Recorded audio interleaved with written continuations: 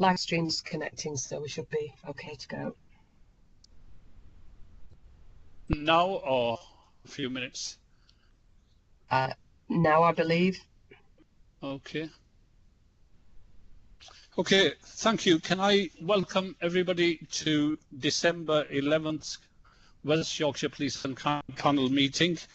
I'm your chair. My name is Councillor Mohammed Iqbal from Leeds, and I will bring in the respective local authority members of the panel to introduce themselves. So, starting with Leeds, can I introduce Councillor Peter? Do you want to introduce yourself? Good morning, everybody. I'm Councillor Peter Gruen from Leeds. And may I also add that Councillor Peter will be acting as Deputy Chair for today's meeting in case I get disconnected. Like some of colleagues have been unable to join us, so we don't know if the technology is going to support us throughout. So in case of that, Councillor Peter Gruen will take over. And then the Leeds other councillor on panel. Councillor Amanda Carter from Leeds. Okay, can we go to Bradford? Starting with Tariq.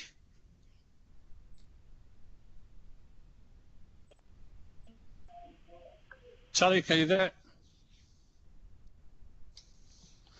Okay, we've got, I think Tariq was with us. Tariq Hussain from Bradford. Who else have we got from Bradford? Richard, do you want to introduce yourself? Yeah, I am, but my name's Councillor Richard Dunbar, Bradford Council. Okay, anybody else from Bradford? Councillor Russell Brown from Bradford, morning. Thank you, Russell, morning. We'll go on to Calderdale. Naeem? Yeah, good morning. My name is Councillor Mohammed Naeem from Calderdale. Okay. Anybody else from Calderdale? No. We've got apologies from Sophie Whittaker, the other Calderdale councillor. We'll go on to Kirklees now. Masood, are you with us?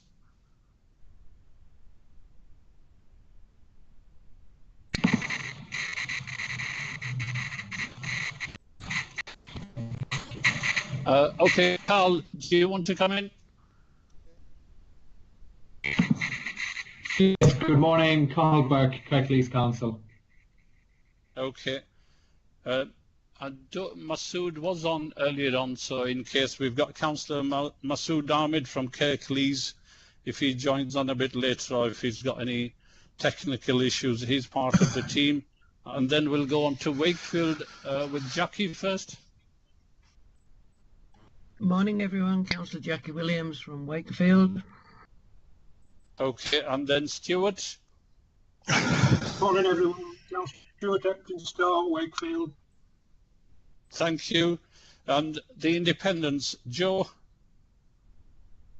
Independent panel members. Good morning, Joe Sykes, independent panel member.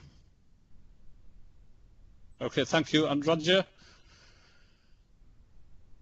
I think Roger is still on the other meeting. Caitlin's just trying to let him know that he needs to come out and log back into this one. Okay, I'll introduce. We've got the second independent panel member, part of this West Yorkshire Police and Crime Panel, is Roger Grasby, who was with us in the pre-meeting, so hopefully he should join us. And we've got Tariq Mahmood from Bradford, who could hear us. Tariq Hussain, sorry, who could hear us, but he was in the earlier meeting and now he's going to join us. Then we've got Mark Thompson. Mark, did I miss you from Kirklees? It's okay, Chair. I've my self-esteem's intact. It's Mark Thompson from Kirklees, councillor. Okay. Can I introduce the Commissioner for West Yorkshire and then he can introduce his team? Yeah, good morning everybody. Mark Burns-Williamson, Police and Crime Commissioner for West Yorkshire. And I'll just ask Catherine Johnson to introduce herself. Good morning everybody, it's Catherine Johnson, Treasurer for the PCC. And then Wendy Stevens. Hello everyone, I'm Wendy Stevens. I'm the Research Manager for the PCC. Thank you. Kelly, I think Kelly's on as well. Hi, Kelly Laycock, Violence Reduction Unit Senior Programme Delivery Manager and Partnership Coordinator at the OPCC. Thanks, Kelly. And then John Robbins. Yeah, good morning, John Robbins, Chief Constable of West Yorkshire Police. Thank you. And then we've got Councillor Masood Ahmed who's joined us. Tariq, we couldn't hear. Can you hear me now, Chair? Yeah, we can hear you. So Tariq Hussain from Bradford. Can I also introduce the legal? No, Sam first. Sam, do you want to the support officer? Yes, Samantha Wilkinson, Police and Crime Panel Officer. And then Sharon. Good morning, everybody. Sharon Fraser, Legal Advisor to the panel from Wakefield Council. Thank you, Sharon. Can I just remind everybody that this is a webcast meeting. The members of public are allowed, and I hope there are some members of public in the meeting. The rules, as you know, because of technology issues, we asked everybody to turn cameras off. And when you're not speaking, if you could mute the mic, and when you want to speak, if you could write in the column in the message box or speak. So apologies, Sam. Yeah, we have apologies just from Sophie Whitaker at Calderdale. Thank you. You'll have to bear with me, as you know, virtual meetings are not easy to manage with the technology problems as well. So please consider that. And item 2 is to approve the minutes of last meeting. Does anybody have any comments on matters arising from them? I take it silence means we're all fine with the last minute meeting in November? Yeah. Okay. Item 3, any agreed item to be added to the agenda as a matter of urgency? Nothing has been mentioned in the pre-meeting, so I assume there's nothing else. Okay. Any declaration of interest from members? No. No. So that takes us on to item 5, the delivery quarterly report, which is attached, and I'm sure you've all read it. And can I invite Commissioner to give an overview, or if he wants to give further information on this? Yeah, of course. Thanks, Chair. And obviously, you know, not on video for technology reasons, so hopefully everybody can hear okay.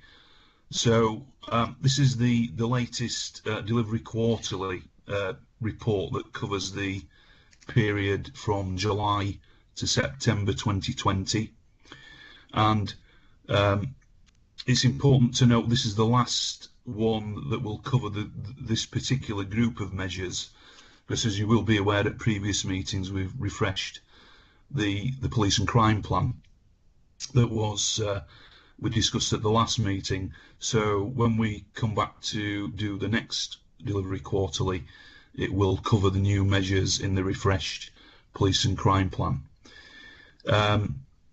Also added to that, we have been unable to update some of the measures because of the impact of COVID and some of the processes that have been stopped during that period until at least the end of this calendar year 2020. But we have looked at other data sets to try and inform the current position on setting out some of the detail within the report. So I think that's just a bit of important context before we get into some of the figures. So if we look at the pages 4 to 9, which is the tackling crime and antisocial behaviour section, so total crime is showing a reduction of 13% against the same time last year. And clearly, you know, we're having to factor in the whole COVID impact within that, which we have been doing. And again, that's just important to bear in mind. But in the first 2 months of this quarter, we did see crime start to rise back to levels COVID, but then has started to drop again when some of the restrictions around the tier announcements have come in as well. But pleased to say the trajectory overall is still downward as at the end of March 2020. The next section I just wanted to highlight was the experience of household crime and experience of personal crime. These are both from the Crime Survey of England and Wales, and that's been suspended as well during the COVID period. But there is some telephone survey work taking place, but again, it's not really a very robust picture on that because of some of those data collection issues and suspension of processes. In terms of reducing antisocial behaviour incidents, again, the areas of increase have continued from the last quarter, particularly nuisance motorcycle, quad bike, neighbour-related antisocial behaviour. But it should be noted that youth nuisance is still below the levels seen at the same time last year, although the current figures actually do show an increase since September as well. But I guess, again, understanding the COVID impact around attendance on antisocial behaviour is really important, because that's definitely driven those increases in terms of the types of calls that the police have been attending throughout the last 8 to 9 months. In terms of reducing reoffending, again, unfortunately, the most recent data from the Ministry of Justice have been suspended due to the pandemic, although I am pleased to see that there have been some positive reductions here, and that's continued an overall decrease in terms of the measures, and hopefully that will continue moving forward. With regards to frontline policing, that figure remains fairly stable. It's an important measure, obviously, given the ongoing police officer recruitment programme, and again, working with the Chief Constable, we try and ensure we have as much front-facing visibility into frontline roles as possible, so that is always a key aim, and it's round about 90% or so. The Your Views data, as I've said, that we suspended that, but we did carry out, instead of that, a community conversation survey, pretty much tailored to the pandemic situation. But again, we were seeing some positive trends on that before lockdown. I think the results on the survey we've set out in the document, and again, we're just analysing a further survey return for the next delivery quarterly, because it's important just to fully understand some of the feelings and views of our communities throughout this period. So that's what we've been doing there.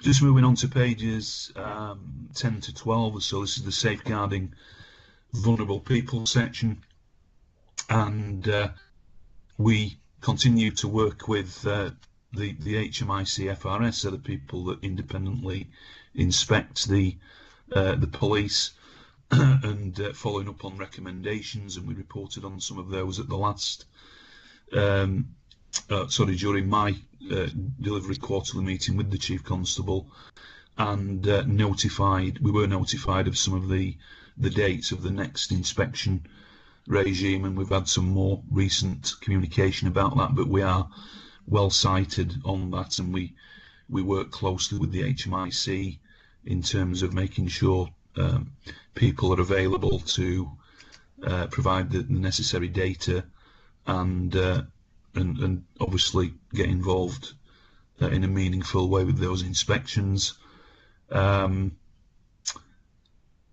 The missing people aspect has been a focus for a few years now.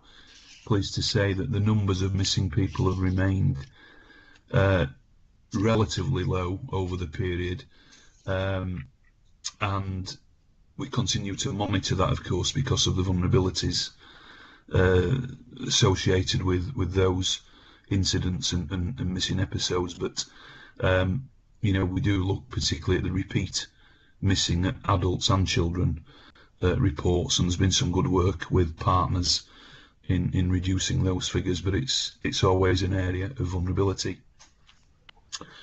Regarding hidden crimes within that section, we wanted to highlight the forced marriage on based abuse crime types, and there have been increases in those numbers in both types of offences. Potentially I don't see that necessarily as a bad thing, because we know it's very much underreported, and we always encourage people to come forward, and I think some of that is down to the work we are doing with third sector organisations in West Yorkshire who work with some of those communities. And also within that, we are looking further at some of the domestic abuse outcomes and child sexual abuse outcomes that we know will have been very much impacted during the lockdown. Just moving on to the section making sure criminal justice works, that covers pages 10 and 11. In there we've talked about trying to increase confidence within our communities, in their community safety partners as well, not just the police. And the community conversation survey that we've put out there asked if the work of community safety partners has been very good or satisfactory, and I'm pleased to say that 89% of the respondents agreed with that in terms of ranging from satisfactory to very good. So that was reassuring to some extent. Then with regards to the ineffective trial rates at magistrates, volume of early guilty pleas taken and time taken for cases to be brought to resolution. And again, these measures indicated the work before the COVID period really took hold. And as we've said in some of the updates to the panel, the work of the courts has obviously been very much interrupted and affected by social distancing measures. So the current figures are only available up until March 2020.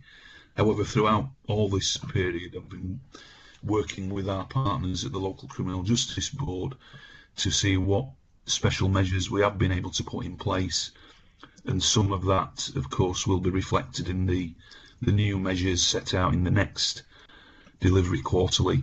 But certainly we've been trying to utilise new technology, remote links to courts, and working with the court service particularly to implement measures both at the magistrates and Crown Courts. And I've met with the recorder at Leeds Crown Court on a couple of occasions, and I know he's all been out to visit the new sexual assault referral centre as well, where we've got live links from that building into some of those cases. So I'm optimistic about the future, but clearly there's still a number of backlogs and issues that have been worked through. Just moving on then to the support victims and witnesses, pages 16 to 18. Pleased to say there has been an increase in satisfaction levels, about 1.8% in comparison with the same time last year, which is now about 77%, and increases in both for attendance at crime reports by the police, which is up 2.4% in terms of satisfaction, and also for ones that can be dealt with over the telephone, or they don't necessarily required police attendance satisfaction on those has gone up by about 4% as well. So that's about, you know, the assessment of crimes and calls coming in and being properly dealt with and allocated. So that's a good move in terms of increased satisfaction. Victim support data also shows some positive trends around referrals coming in comparison to the first quarter, and victim support stepping up and adapting around virtual support during the COVID period. And I've had regular meetings and calls with them just to check in with some of the volunteers and the staff who are doing a really good job in difficult circumstances. Also, the satisfaction with outcomes from the police survey for England and Wales, that's increased in line with other satisfaction figures, and we discussed some of that in the last delivery quarterly. And again, we're trying to make sure that those outcome indicators are more robust moving forward. So overall, we are seeing some positive trends throughout this delivery quarterly, and obviously I look forward to reporting on the next on the new measures at the next meeting. I think we've also included at Appendix A of this report that some of the questions that panel members raised that are outside of this particular delivery quarterly, we've included in there the issue around comparison of public satisfaction with other similar size forces, and as stated, some of that data isn't available unfortunately anymore, but certainly the closest measure is the confidence figures within the crime survey of England and Wales, and that is showing an improving picture within West Yorkshire, moving from 4th highest to 2nd highest. And I'm sure some of you won't have missed the news yesterday about the Greater Manchester situation of the 80,000 or so crimes that haven't been recorded according to the HMIC, which clearly, as we've said on a number of occasions, impacts on our within our most similar group. But you know, we've thought for a long time that it's been a distorted picture because of that position in Greater Manchester. The other one was around fraud, excuse me, that was raised by the panel, and again, crimes on fraud are that is led by the City of London Police through the action fraud responsibility that they've got.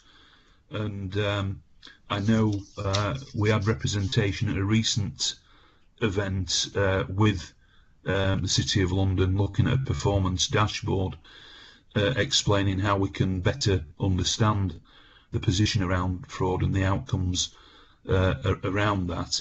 And again, I'll be working with the Chief Constable to look at better ways of capturing the data, and certainly we know that that's an area of more focus given the virtual working now, and a lot more people and businesses absolutely more reliant on that way of working. And then finally, there was a question around the percentage of domestic violence protection orders that had been breached, and again we provided that information there around the there were 38% actually of the orders that were breached. But again, I think that indicates that we have been targeting the right people to make sure that if they do breach those orders, they are then obviously put before the courts where it's appropriate to follow through on those orders. So that's an overview, Chair. Thank you. Thank you, Commissioner. Thank you. Can I thank you for this brief overview on each item of crime and in supporting the victims. Can I open up to questions on the floor from panel members? And I've got Councillor Peter Gruen from Leeds first. Good morning, Mark. Good morning, everybody. My question is relatively brief, and it's around antisocial behaviour. It is still going up. I note the success in other forms of crime, but ASB has a direct relationship with members of the public, and I know throughout the districts, most recently my own in Winmore, where quad bikes churned up a whole area of playing fields and made them unusable for the local rugby clubs. I think the public would appreciate some extra effort being put into ASB, and I wonder if you've discussed that with the Chief Constable and whether there is any resource availability to up our presence on ASB. Commissioner. Yeah, thank you, Peter, for that question. I mean, yes, it is a constant area of focus, antisocial behaviour, and obviously the neighbourhood policing teams are at the forefront of providing the local response and footprint around that. I did see the article that you're referring to, by the way, Peter, in terms of the issue that you flagged. So I've got every sympathy in terms of the disruption that has for local groups, particularly sporting groups like that. So, as I sort of mentioned in that overview, we're trying to sort of differentiate the sort of COVID aspects of antisocial behaviour related calls, as opposed to perhaps the ones that you describe around where it's, you know, perhaps more than antisocial behaviour, involves criminal damage as well, where, you know, playing fields have been churned up in that way. So we always look to work with our partners, of course, so Safer Leeds, Leeds City Council, around problem solving and identifying, you know, who are behind some of these things, and the off-road biking issue, of course. So these are the things that are always a focus, and we do try to put problem solving occurrences in place, but perhaps I'll bring the Chief in just to make comment as well. Yeah, thank you, Mark. As we've reported before, there's been a long-term downward trend in the number of antisocial behaviour incidents across West Yorkshire, and so this rise is off the back of that long-term reduction, which has been good, but of course none of us want to see a rise in anything. It's been COVID-related in the main, and that's been through different lockdown periods. It's changed in the categorisation, but as the Councillor Gruen has identified, nuisance motorcycles and quad bikes is a factor, nuisance cars and vans on the road, and neighbourhood related incidents between neighbours has caused some of the changes. Each of the districts have been asked in the local series of accountability meetings to formulate plans around what they're going to do to combat the different elements of it. Clearly during the bonfire period, fireworks was up as well. So it's a combination of a factor. The consistency is usually around a third of all of our reports are about young people as well, as to whether they're being antisocial or just being young people. But so we've got plans in place. We're working with neighbourhood policing teams about the continued problem solving for different locations, and we're working with partners. I will say what I've said before, it's a great shame that the local authorities are not able to fund, as they did previously, joint agency teams into quad bikes and some of those problems that most hurt communities, but they are facing the same financial challenges that we have. But it is not off our radar or agenda. It's very much in there amongst all the other categories and crime types. But I just repeat, it's an increase after a long-term reduction, but we'll look at each area in the localities. Thank you. Thank you. Okay. May I just ask one supplementary, please? Perhaps we could ensure that at our community tasking meetings we get a local response to those issues, which can then get wider local publicity. Yes, agreed. Yeah, no, I agree, Peter, and you know, obviously I'm sure you've got all the contact details of the neighbour policing inspector and the team. But you know, if you're having any difficulties with that, please let us know. Okay, thank you. Well, I must say we've always had excellent neighbourhood community inspectors, very much on ground, working with local members, and I hope that happens in all areas in the West Yorkshire cities. Okay, Amanda, did you want to follow on from that? Councillor Yes, Carter? please, Chair. Yes, my ward is right on the boundary of Leeds and Bradford, so quite a lot of the bikes come from Bradford and cause issues in Leeds, and I'm sure it's vice versa. One of the issues the general public have and can't understand is why the police are not able to chase the quad bikes. It is a bone of contention when in London they do chase off-road bikes. It may be because of violent crime, but these quad bikers are also dangerous and they are threatening, and they are causing enormous problems throughout the whole of West Yorkshire. And I wonder if you could please comment on that. Yeah, yes, I can. Mark, if you want to say anything first. Yeah. I mean, obviously, it's something that is always, you know, it crops up in various locations at various times.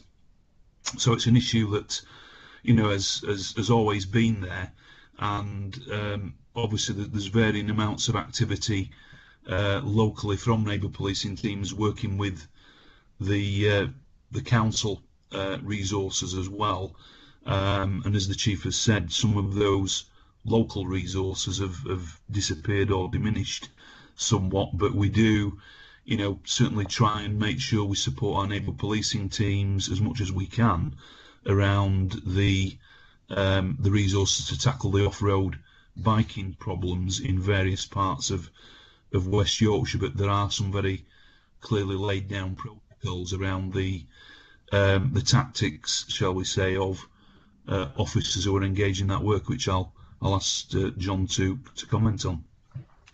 Yeah, we do not have a policy of not pursuing people on quad bikes or off-road motorcycles, so make it clear that we haven't got a policy, we don't do it.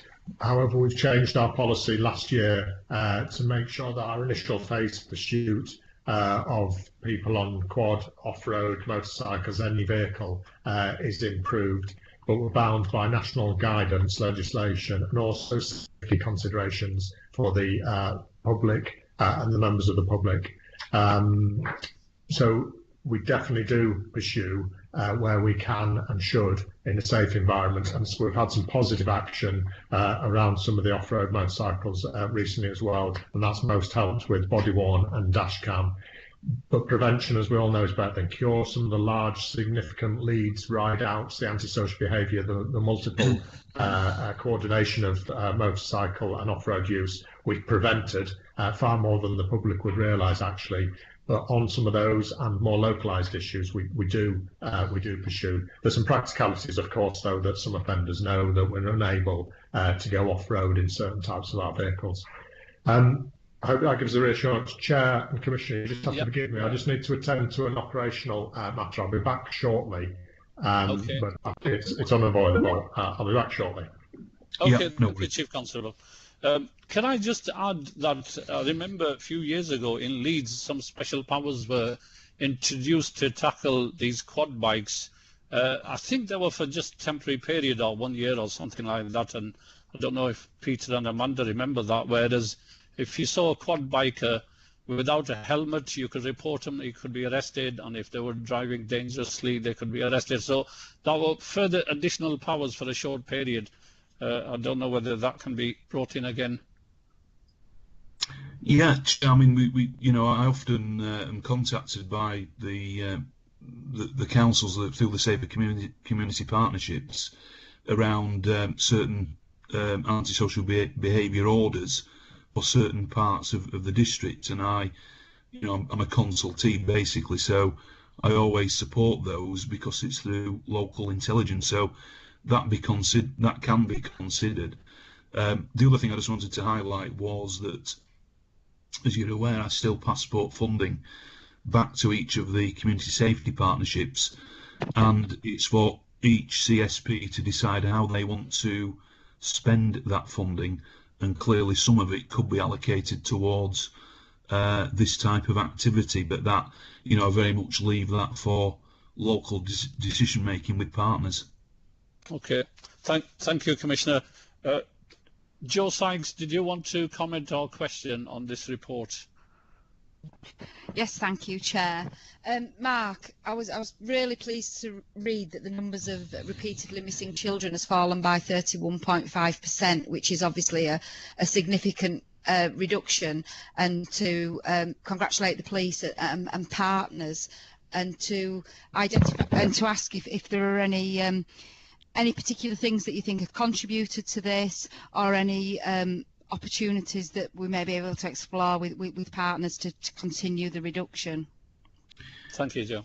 Yeah, thanks, Joe. Yes, no, it is pleasing to see the levels of the reductions, and I think it's, to be fair, it's probably a combination of things currently. The fact that COVID, sadly, as we all know, is still with us, has definitely sort of impacted on some of that. But as I think I hopefully said in the overview, that we were already seeing a good downward trend before that, and there definitely has been some real targeted work with PCSOs, for example, working with some of the looked after children establishments, where much better processes and protocols have been put in place. So we've tried to roll that out across West Yorkshire. So I think it was in Wakefield in particular where that initiative started.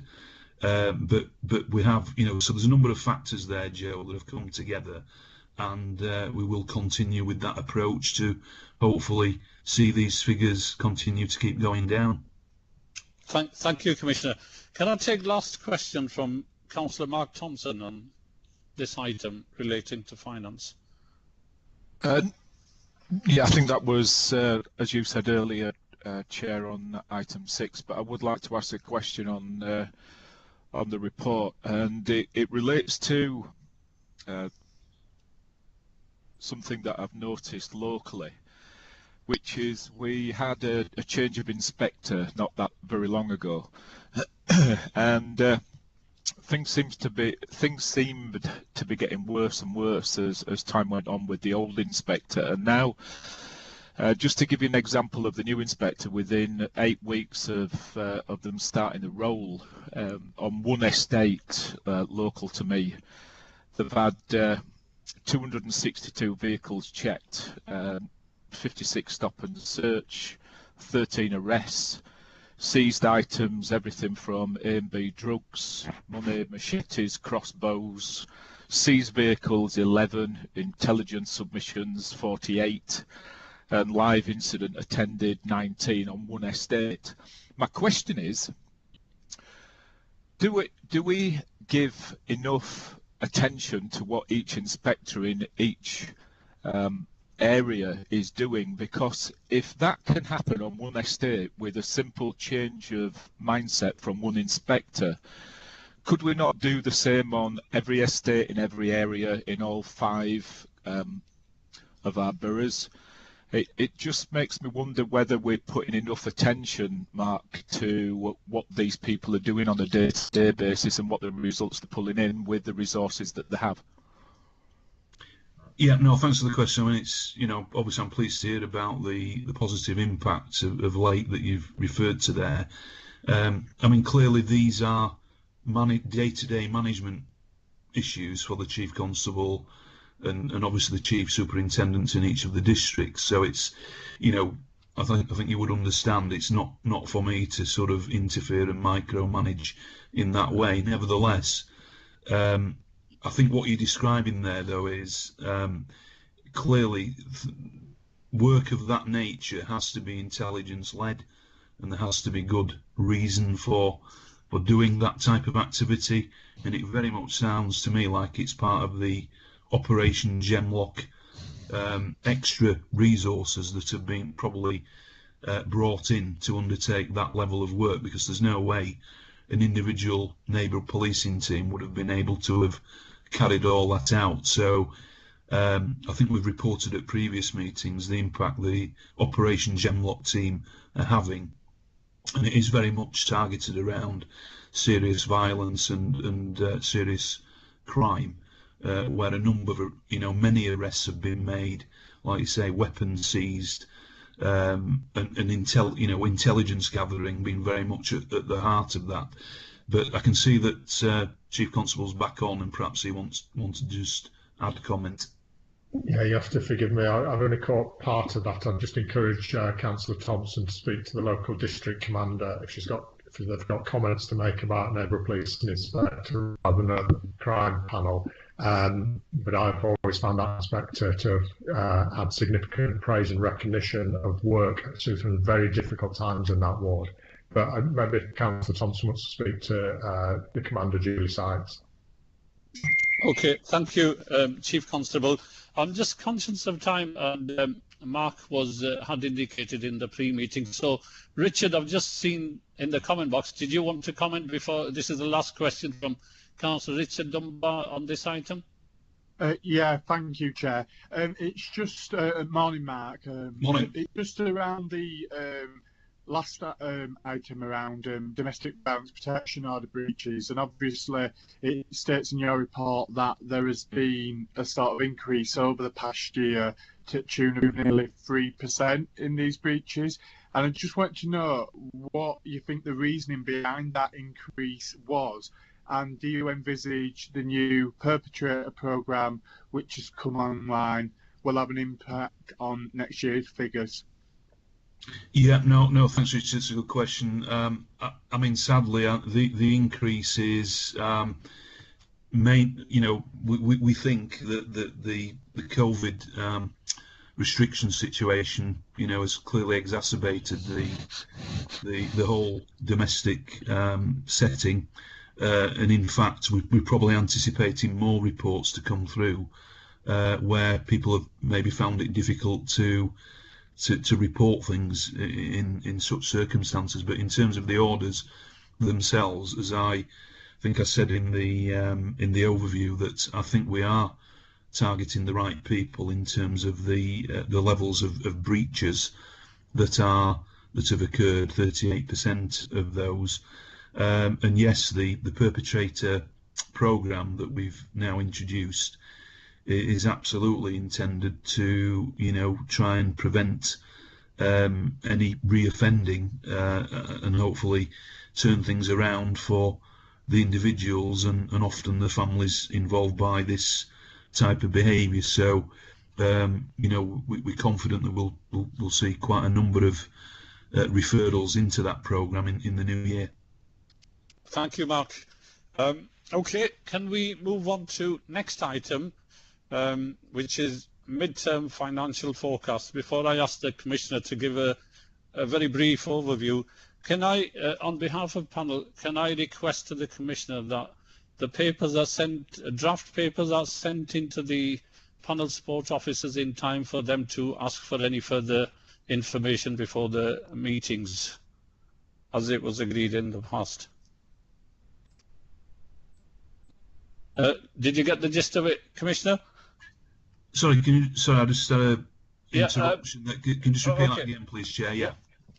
Just a comment on behalf of the panel that the papers we get for the panel meetings, the information papers. If you could send a draft in first, so in case we need further information before the meeting, and then that gives you the opportunity to provide further information, as I did mention in the previous one-to-one meeting last time.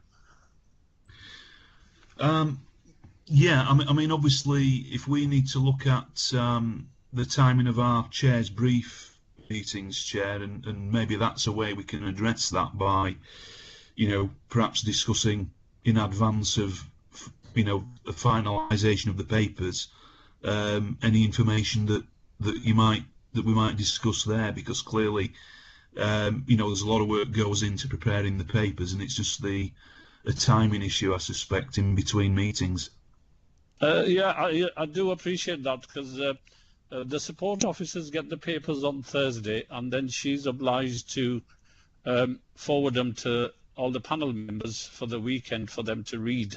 And that doesn't allow enough time for any queries to be asked with your office and get any response.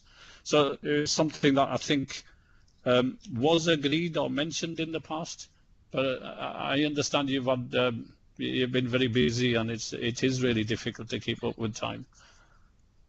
Yeah, sorry, I thought that the previous issue though was around responding to questions that had been raised during the meeting and making sure you had responses back in time for the next meeting, which we've included, obviously as I reported on in the overview around those additional questions. But yeah, we can pick up that conversation, Chair, regarding just trying to take on board comments. Perhaps if we schedule our Chair's brief meetings before papers are finalised, that's probably the best way to do it. Okay. Thank you. Okay, so can we ask for a brief overview from yourself on mid-term financial forecasts, item 6, please, Commissioner? Yeah. So this is a paper entitled Medium-Term Financial Forecast, and it just sets out the background for 2021 in terms of the budget position, some of the overspend areas at paragraph 2.2, but those have been offset by some of the other spending headlines in paragraph 2.3. Got some real cost pressures though.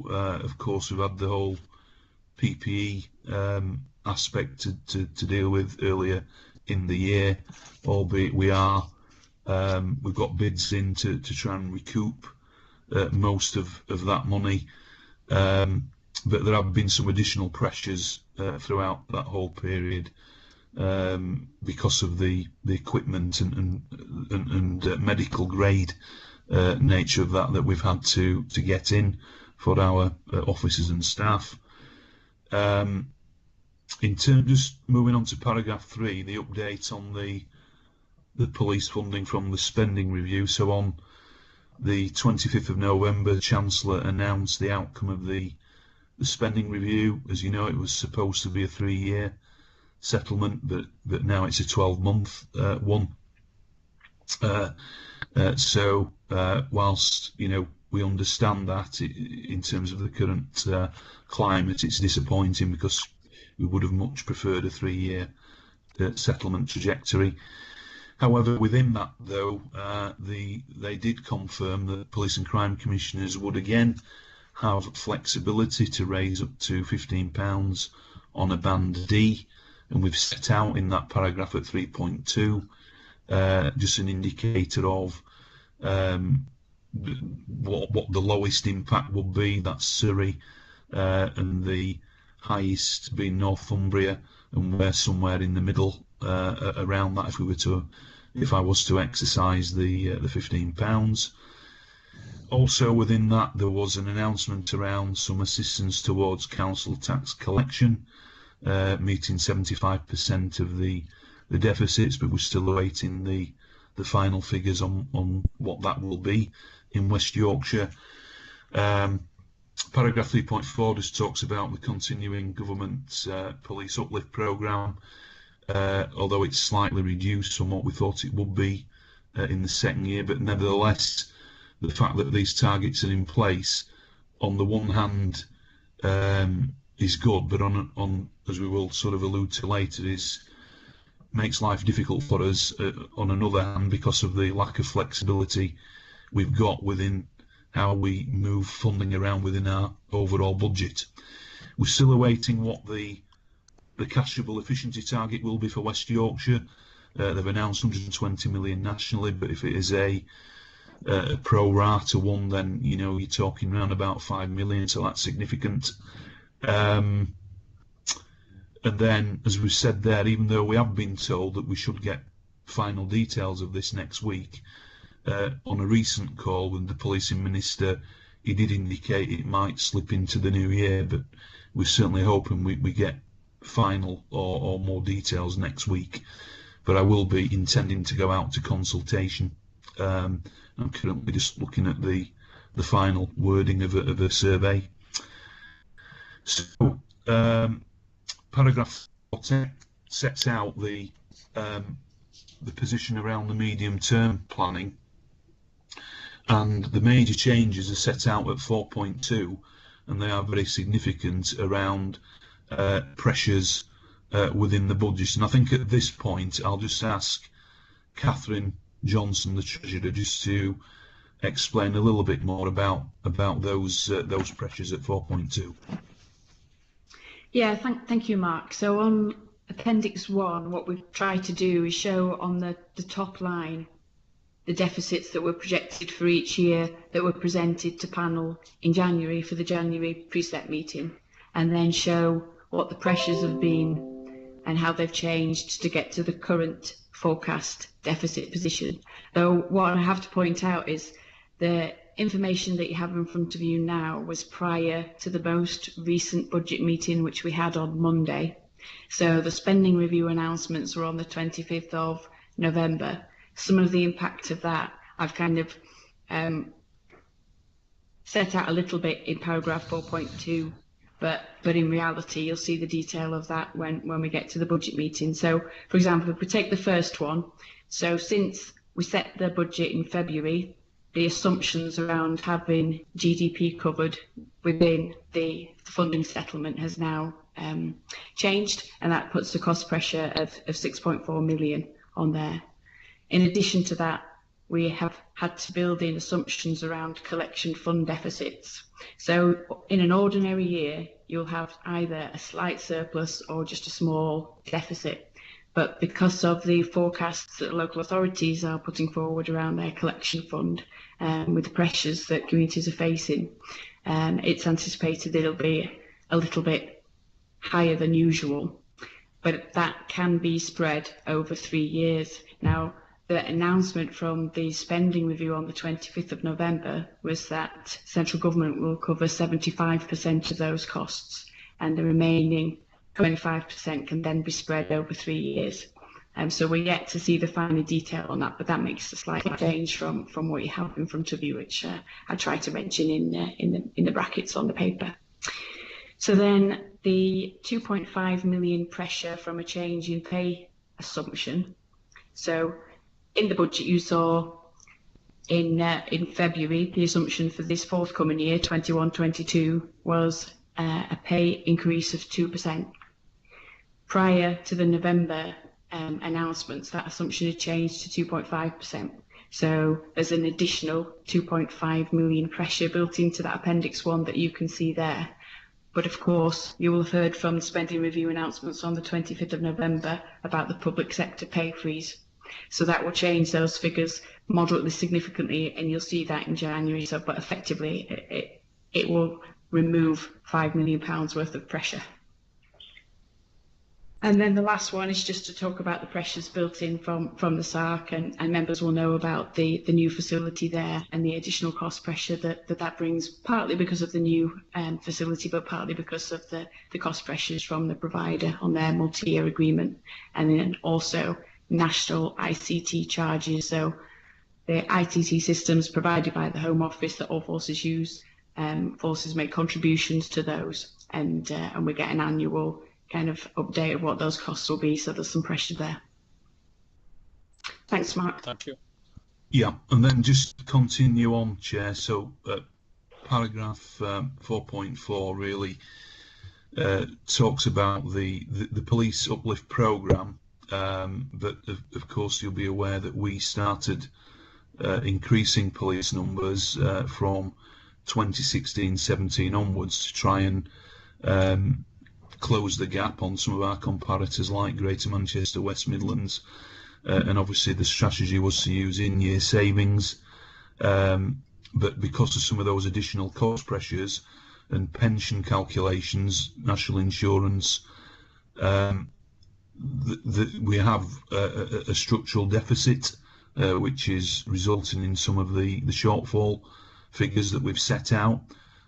So I'm going to be taking this up with the Home Office to seek if we can have some more flexibility around the numbers, because having the straitjacket of the uplift programme numbers, as I've said, takes away some of that flexibility that we would need to better manage some of the predicted deficits.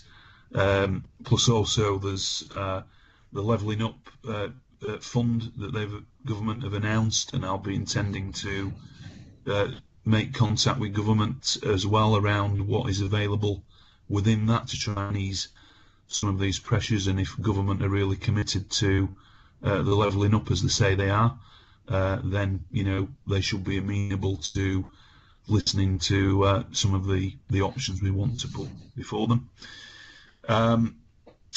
So just moving on, clearly a lot of pressure on local authority budgets, and I've already spoken to some of the leaders about that. And clearly as councillors you'll be aware of that. We've set out the reserves planning position. So if you remember at last year's budget setting, you were asking around the strategy around how we might build up some of the reserves. Well, unfortunately we're not going to be in a position to do that, and we will continue to use reserves in a phased way, planned way over the next few years, and you'll see that it is planned to bring the usable reserves down to what would be a pretty bare minimum figure by the end of 24-25.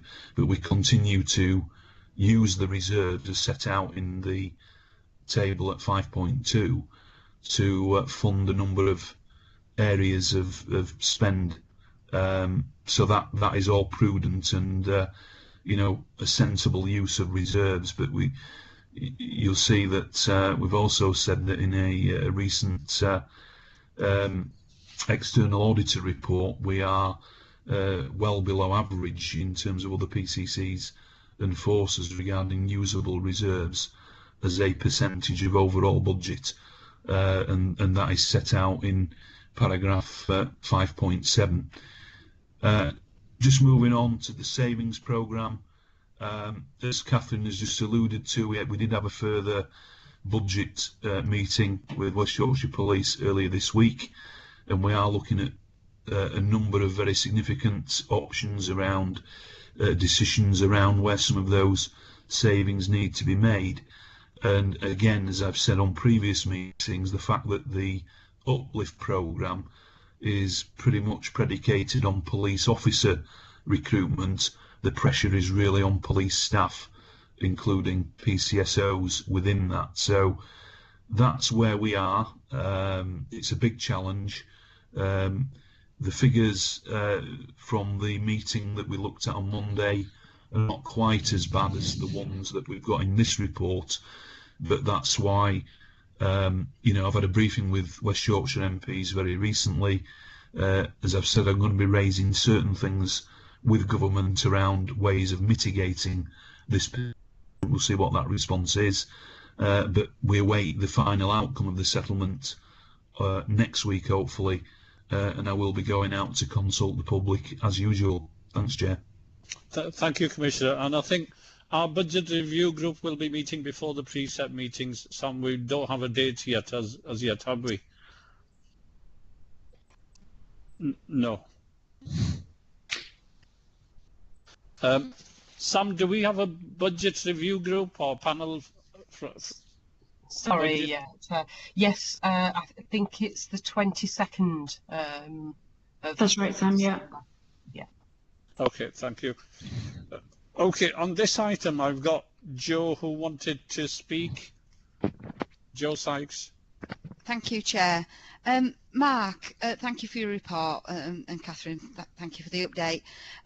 At panel meeting in February of 2020, which seems forever ago now, it wasn't one of the precept commitments, but you did agree to give us an update and report on collaboration, associated savings, things that might be coming out of the blue light initiatives. I think we did have it on the forward plan to come onto this agenda today, but we haven't received it.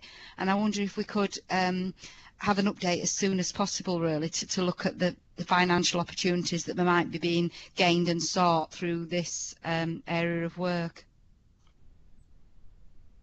Yeah, I mean, we've got the Yorkshire and Humber, well, the North East Regional Collaboration Board, and in fact we've got a meeting coming up of that next week, and indeed we are looking at what more savings can be made through there. But the blue light commercial is, you know, that's a national body that's been established, and they're still, you know, in quite early days. But Catherine, I mean, we've spoken to the chief executive, haven't we, of the blue light commercial. Do you want to just comment on what we might be able to include from a collaboration perspective in the budget papers?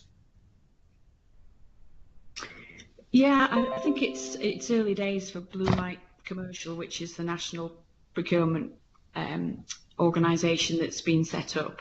So it's funded through Home Office grant, and the intention of it is that it will have more national framework contracts put in place, more national joined up procurements across forces. I think it's probably quite early days to be able to bring too much from there. But certainly, yeah, we can put a paper together about the collaborations that are ongoing. But some of the collaborations are actually decreasing because of the pressures across the piece. Yeah, I think John Robbins wanted to come in, Chair. Yeah, I recall that. And I think we can bring something forward from ourselves and from the Commissioner's office. I suppose just a word of caution. I think Joe knows this. Some of it will be around cost minimisation and cost mitigation, and it's somehow harder to explain that having a regional scientific support unit, a regional crime unit, and that actually minimises the cost that it would be if it was just us as forces. So even holding on to them is a good thing, because if there were to be a disseminated cost has increased. So we'll try our best to present it. Certainly Blue Light Commercial is a similar thing. National and regional contracts around vehicles, equipment, and other procurement processes about doctors and nurse provision in custody and all sorts of things. There's some good news there, but I come back to it. We'll try and articulate as best we can. It helps mitigate against increasing costs as much as being able to say, oh look, by doing that we've saved, you know, £200,000. But I think Joe knows that, but we'll do what we can to bring that back. Thank you very much. Thank you, John. Sorry, just to add to that as well, Chair, that of course we are the lead force for a number of those things. So we host the counter-terrorism unit, we host the regional organised crime unit, we host the scientific support, and you know, so there are things that we have to do as the lead force within our region, and we're constantly you know, having to sort of argue our case within the wider collaboration, who, you know, have clearly a different perspective on some of these things. So it's just to say that, because it's not always as straightforward or as easy as what people might think, but we are absolutely looking at that whole spend in the collaboration arena. Thank you, Commissioner. Richard Dunbar, did you want to ask a question on this item? Yeah, I've got two questions, Chair, if that's okay. One on the reserves strategy, and another one around the domestic abuse bill and how that will play out. So I'll start with the one on the domestic abuse bill first, if I may, because I think it's relevant to sort of resources going forward. So in the bill, which obviously, you know, is going through the Lords at the moment, Mark, there's a proposal that there be a statutory obligation on local authorities to provide refuge support for victims. Now, in light of the fact of shrinking budgets for local authorities, and also in light of the fact that Women's Aid have said the system needs another 393 million in it to be balanced, will you be pushing and lobbying over the next couple of months to ensure that the appropriate resources are put in place. So as a force and as local authorities, we've got basically the current resources to be able to support those victims in those refuges. The answer to that is yes, I will, Richard, and in fact we've already done some of that through we work very closely with the National Victims Commissioner, Dame Vera Baird. We represented on a national group, and as you might be aware, she came to help launch our victim strategy earlier. Like you say, it seemed like an age ago, before March of this year.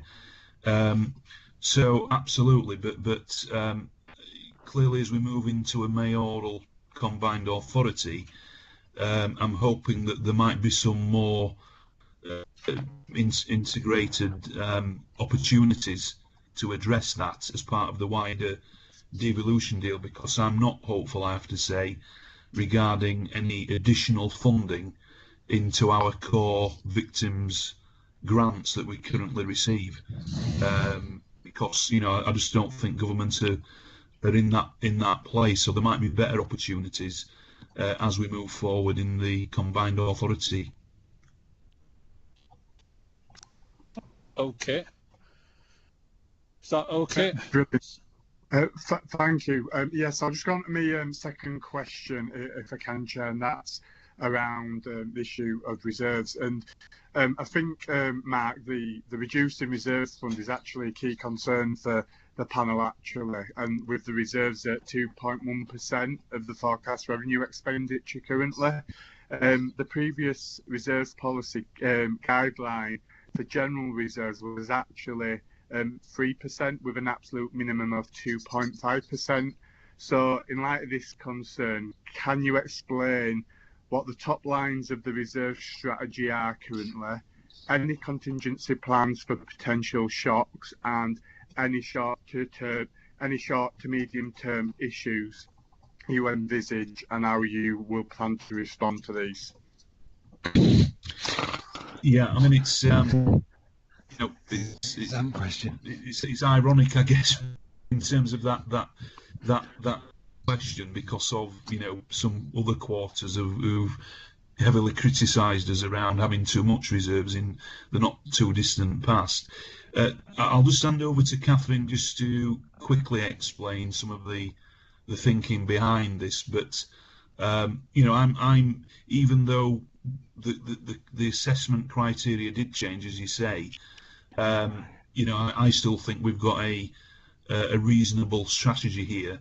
But yes, at the end of that period, it will reach sort of bare minimum levels. But Catherine, would you like to just say a bit more? Yeah, thanks, Mark. Yeah, so very much like you just said, it's at the end of this period that the general fund would be 2.1%. So 24, 25. So effectively, we have over this medium period the decisions to make around building up that level of reserves to be slightly higher. Now, there's actually no set limit to national guidance as to what percentage you should hold. So we set the guidance to be a specific percentage based on some of the national position that some of the other treasurers and their view and conversations with the Home Office. My professional view is it should ideally be between 2.5 and 3.5%. So like I say, what we'd hope to do is by 24-25 to put additional monies into there, but then you have to accept that there are occasions where there are pretty exceptional challenges. And at that point, we would use the general fund risk. So the way you can see there, it's built in that we just have just over 10 million held for risk. But of course, if it were to be higher than the shock that you refer to was to be higher than 1% of the actual budget, that's the point in which you can apply for special grant from the Home Office. Yeah, so just exactly, Catherine. So just to come back in then, Richard, on that. So one of the ways of mitigating a shock or extra expenditure for whatever reason is a special grant application, which we have been successful actually of late around some of the historic sexual abuse investigations. So that's one way of addressing that, and clearly we would do that if we needed to. But I just think it highlights the that we have tried to use our reserves in a prudent way to fund core spend around PCSOs, for example. So you will see within the tables that some of that goes into supporting the numbers of PCSOs that we have, which, as you know, has been a deliberate policy around neighbourhood policing, visibility and numbers. But because it's a flat cash settlement and the funding formula still it doesn't look like being addressed anytime soon, this is the long-term consequences. But when we've looked at our comparators, we are somewhere in the middle, so we're by no means at the lower end of the moment. But clearly, like you, unless we get better funding settlements moving forward, this is a concern. Okay, thank you. Can we move on to? Did somebody want to comment? Can I ask a question, Chair?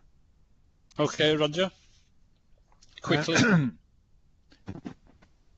Well, on the question of reserves, I don't know if Catherine would agree that it would be perhaps unusual were the figures for March 2025 not to show below target reserves in a report presented in December 2020.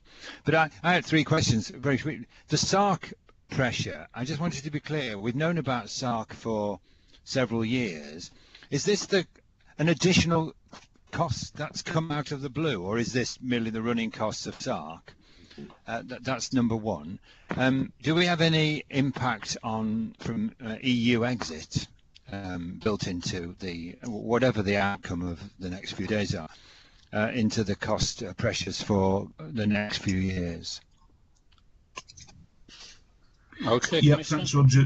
Yeah, so in terms of the SARC, yeah, I mean, it's not come out of the blue, as you say. We've been planning on developing this facility for a number of years. I think all we're doing there is just highlighting that extra cost pressure, because that's been a long-term ambition of mine and the police and other partners to provide much needed facilities of that sort. So whilst yes, we've got a joint funding arrangement in place with the NHS, there hasn't been any other funding coming in from the courts, for example, or the MOJ, despite live court links and facilities in there from them. But I think ultimately it's the right thing to do because of the number of victims we have around sexual offences. But I think we're just putting it there as highlighting it as an additional pressure. And then secondly, on the EU exit, there is a gold group in place in West Yorkshire Police. In fact, we've got a briefing session next week at the APCC regarding what some of the implications might be. Of course, we don't know at this stage, any of us, whether there will be a deal or not a deal. I guess the bigger impact of a no deal Brexit is more more of a wider one around the wider economic impact and what that means, not just for us but for all of us in every walk of life. But we are trying to factor in what some of that might look like, but it is hard to quite quantify that at the moment. Fine, okay, thanks. Thank you. Okay, shall we move on to the next item, which is OPCC's organisation change? There's a report attached to papers, and if the Commissioner wants to give a brief overview on that, please. Yeah, thanks, Chair. So obviously the report is set out there. It just sets out from paragraph 2 onwards regarding the policies that we have in place, that we pretty much adopted through the West Yorkshire Police policies that were in place, and that has been the case since the office being established back in 2012. it just sets out some of the details there around the interim chief exec appointment through paragraph 2.2 to 2.3. And then it just goes into more detail around the organisational change policy. So we've included an appendices that sets all that out. The actual examination of the processes within a 80-20 session through the A panel. Of course, just moving on to 2.7, the government announced a minded to devolution deal in March 2020. So I think it was pretty much one of the last decisions that were made prior to COVID as part of the budget at that time. And of course, originally the election for the mayor, or sorry, for the PCC aspect, move over was going to be 2024. That was in the original document that was put before government from the combined authority, and we were aware of that. We all know that elections were cancelled in May of this year, not just PCC elections, but council elections, and obviously the conversation then moved to bringing forward that process, and what the next few paragraphs set out are the some of the conversations, and we set some of that out in the appendices, and of course the paper we provided at the last meeting around the whole devolution process. So what I've tried to describe at paragraph 2.8 is the requirement of a chief of staff leading that transfer around the assets, the liabilities, into a mayoral combined authority, around the legal expertise and interests that of the office that need to be properly represented, and of course we have unique responsibilities around the National Police Air Service, which we are the lead local body and entity in terms of the fleet and all the air bases around England and Wales. So there are some quite complex issues in there that need to be addressed, and we're on with that, but there's a lot more to do. And then, as we know, this is now a very demanding time frame and time scale to do all this, despite the working groups and the various work streams that are underway. And just finishing off at paragraph 3, it just sets out that we started the process around the recruitment of a chief of staff to be commencing early November, and that is, as you know, that's been undertaken in terms of an interview, and there's a real urgent need now to make that appointment in terms of the process that we've run. And as I say, we've set out the appendices A around the organisational change policy, the actual staff profile, chief of staff profile, and of course just attaching again the report we gave at the last panel meeting around devolution. Thanks, Chair. Thank you, Commissioner, for the detailed report on organisational change. And we've got a few colleagues who want to ask a question. Can I start off with Peter Gruen? Councillor Peter Gruen. Yes, thank you. I just want to press you a little bit, if I may, on the remaining 5 months up to May, and what your philosophy will be about vacancies, vacancy management, organisational change between different posts, bearing in mind the budgetary situation you outlined in the previous item, whether you're going to freeze some vacancies or how you're going to have the disposition to do all the extra work within those 5 months? Yeah, thanks, Peter. Well, of course, I'm hoping that there aren't going to be many vacancies in that 5 months, because as I've tried to set out within the various reports, even though we've requested additional resources via the Home Office, it doesn't appear to be forthcoming. So we're in conversation with the Combined Authority around what resources might be available via some of the wider devolution funding to affect this, and indeed they've appointed a project manager from their side who we're already working with, and we've had staff presentations, and a number of the staff within the office are already involved in some of those. I think there are 10 work streams within that.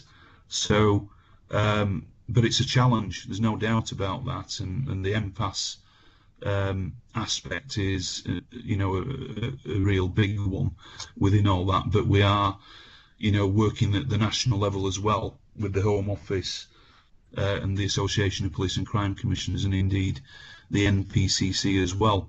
So the philosophy will be very much around galvanising the team to make sure we've got a solid platform for the new mayor coming into work from in May. But Catherine, I don't know whether you wanted to add anything at this point, because you've clearly been leading on many of these aspects. Yeah, thanks, Mark. We're certainly getting a significant amount of support from West Yorkshire Police colleagues, particularly around the back office elements where there's significant change, because we currently share the functions with West Yorkshire Police, and we won't do moving forward. And also, the Combined Authority are now putting additional resource in from their side, which is helpful. So more colleagues for how certain elements of the service will land, but it is a pressure, and we're trying to get more of our staff to have contributions into the transfer so that they can understand it all a bit better and feel a bit more comfortable with it all. But undoubtedly it's incredibly complex, and it's certainly taken up a significant amount of my time since I've been leading it from June. Thank you, Catherine. Peter, are we okay with that? Councillor Gruen? Yes, I'm fine. Thank you very much. Thank you. Okay, then we move on to Roger Grasby. She wanted to ask a question or two. Yes, thank you, Chair. Mark, some of the questions the panel what needs to ask this morning are only necessary in a sense because it was only very late on that the panel got wind of your proposals to appoint a Chief of Staff. In fact, our investigations show that it was the 10th of November, and before then nobody had any inkling as to your intentions. If we had had an inkling of your intentions, some of these questions would, I think, have proved unnecessary. So that needs to be, I think, said on the record. The panel's very conscious that its responsibilities relate to the functions of the PCC insofar as they are affected by the people who you statutorily have to appoint. So hence these questions. So there's number one. In your paper, you actually say you didn't make a substantive appointment to the chief executive role in advance of the then proposed May 2020 elections because you didn't want to, if you like, tie the hand of the incoming PCC. Full stop. It seems to the panel, however, that you've done exactly the opposite in this case by going for a chief of staff, even albeit on a 12-month appointment, which runs for a further 7 months after the appointment of the new mayor stroke PCC. Perhaps you could explain that? Well, in terms of the first point around the notification, I'm sure you will understand the processes that I've been having to follow before I could make certain announcements and bring things to the attention of the panel. So that's all I would say in relation to that. It wasn't a case of trying to withhold anything. I'm just following processes there. and I'm sure you can appreciate, we are in a very dynamic and fast-moving situation. So, I put forward proposals for a longer transition period of the OPCC moving into the new model, but that wasn't accepted or agreed. So I just needed to I guess say that from the outset. I think in terms of sorry, can you just repeat the second part of what you said, Roger? Yes, of course. You make reference in your paper to the fact that you didn't appoint a chief executive, a substantive chief executive, partly because elections were impending. This is towards the back end of 2019, which were due in 2020. But you, knowing there's elections in 2021, you're proceeding to do exactly the opposite by appointing somebody. It's just the contrast between those two statements that the panel had noted. Yeah, no, well, as you said as well, it's a 12-month appointment, and clearly beyond the election of the mayor and the setting up of the office, there will still be many things to address around the structures beyond the mayor's office being established, if you like, during that period, because it's very clear in legislation around the police governance side of things and the statutory functions that still have to be met. So it's absolutely a key consideration around the amount of work that the mayor's office will have to do over and above the policing responsibilities that they will need to take on board. So it's just making sure there's an element of stability beyond the election of the mayor and the probable appointment of a deputy mayor for policing, to ensure that there is that solid platform there. So that is the thinking behind having it in place for a few months beyond May of next year. Okay. Thank you, Commissioner. Roger, did you want to? Yes, please. Okay. In terms of the recruitment for this new post, then, Mark, if you could tell us, when was the job advertised and where was it advertised? How long was the advertised open to applicants to apply? Yeah, I might bring Catherine in just to get into some of that detail, but it obviously it was in November, and it was certainly open for a reasonable amount of time for applicants to apply. But I'll perhaps ask Catherine to make more detailed comments on that. Yeah, thanks, Mark. No doubt a lot of this information will be provided as part of the confirmation hearing, and I do have to just flag that I was not heavily involved in the recruitment process, so whilst I do know it was advertised widely and in national media, I'm afraid I can't tell you exactly where, because that was led by somebody else within our organisation. It's just so that we'll make sure it's captured for the confirmation hearing.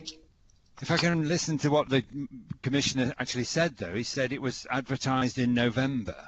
Well, we were asked for a confirmation hearing as early as about the 12th or the 13th of November, which doesn't suggest that the advertisement ran for very long, does it? So, sorry, I might be wrong about that, Roger. It might have been advertised before that, but clearly we can get you all that detail for the confirmation hearing.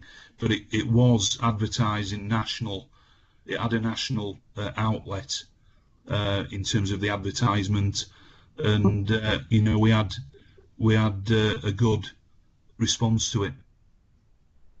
Well, it's up to the chair, but it seems germane to this item on this agenda rather than the confirmation hearing agenda. We have a paper that describes the process. We don't have a paper describing that process on the agenda for the confirmation hearing. Oh, well, if we do, I haven't seen it because it hasn't been published. However, never mind if that's what. If you don't know, you don't. It's as simple as that. But to be fair, Chair, it was, clearly in terms of the confirmation hearing, that clearly that all the detail around when it was advertised, where it was advertised, all that will be part of that report, not particularly this one. Okay. Okay. Joe, did you want to follow up with anything? Or... No, I think Roger's covered what I was going to ask. Thank you. Okay, thank you. I lost connection for a bit, for 10 seconds or so, so I don't know if anybody else had the same experience. Amanda Carter, you wanted to ask a question or comment?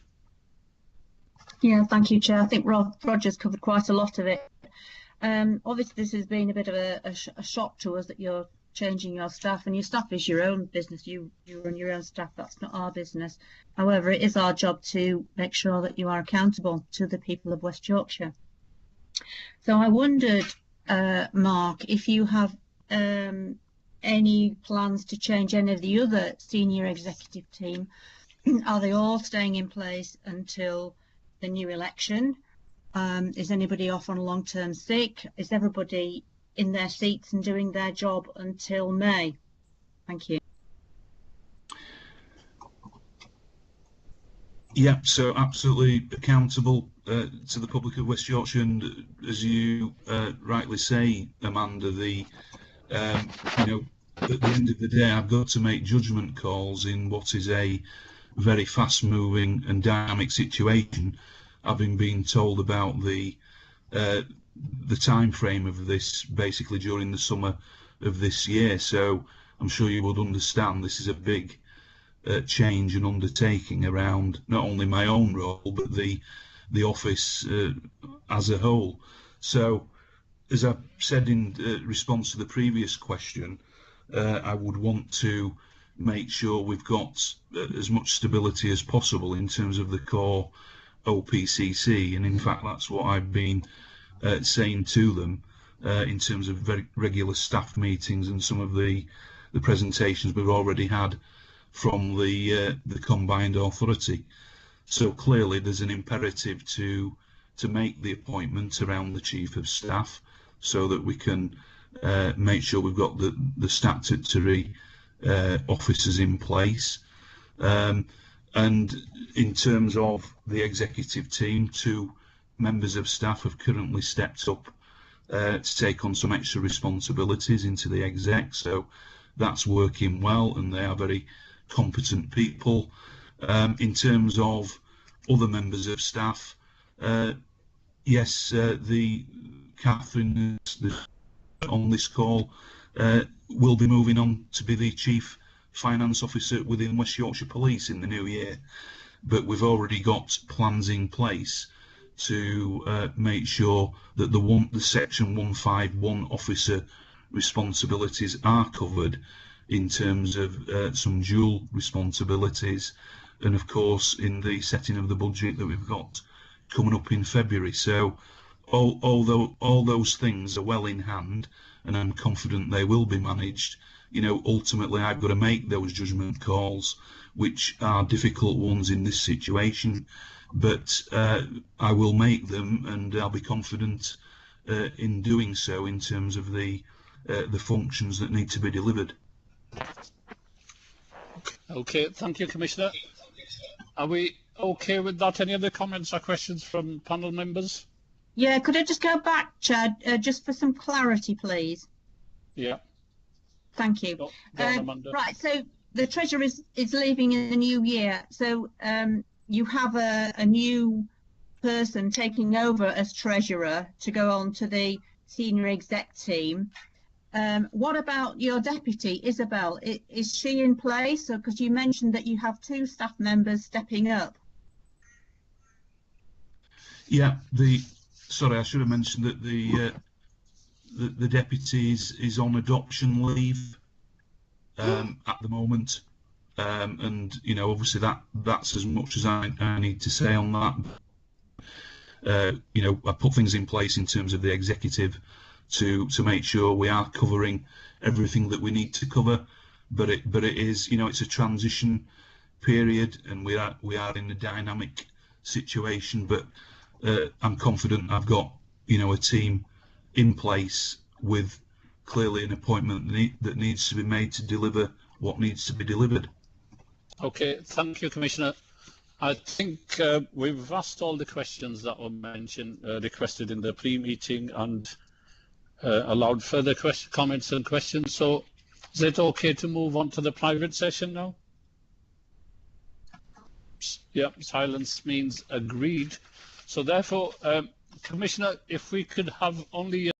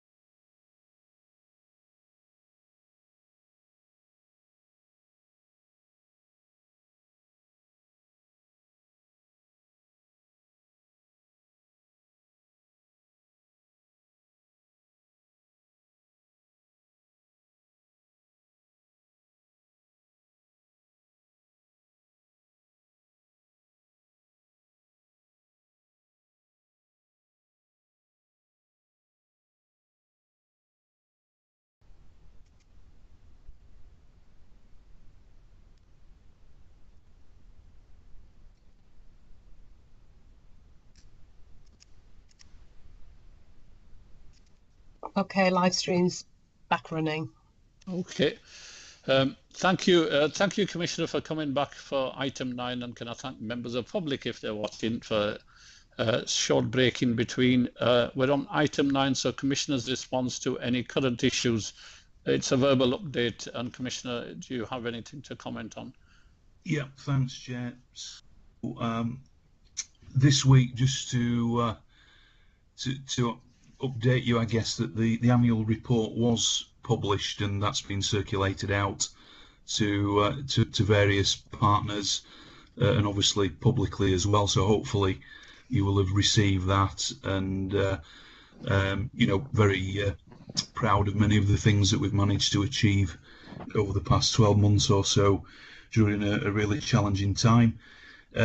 Obviously, I touched on earlier regarding the comprehensive spending review announcement by the Chancellor on the 25th of November, and we're still awaiting the final details of the policing settlement.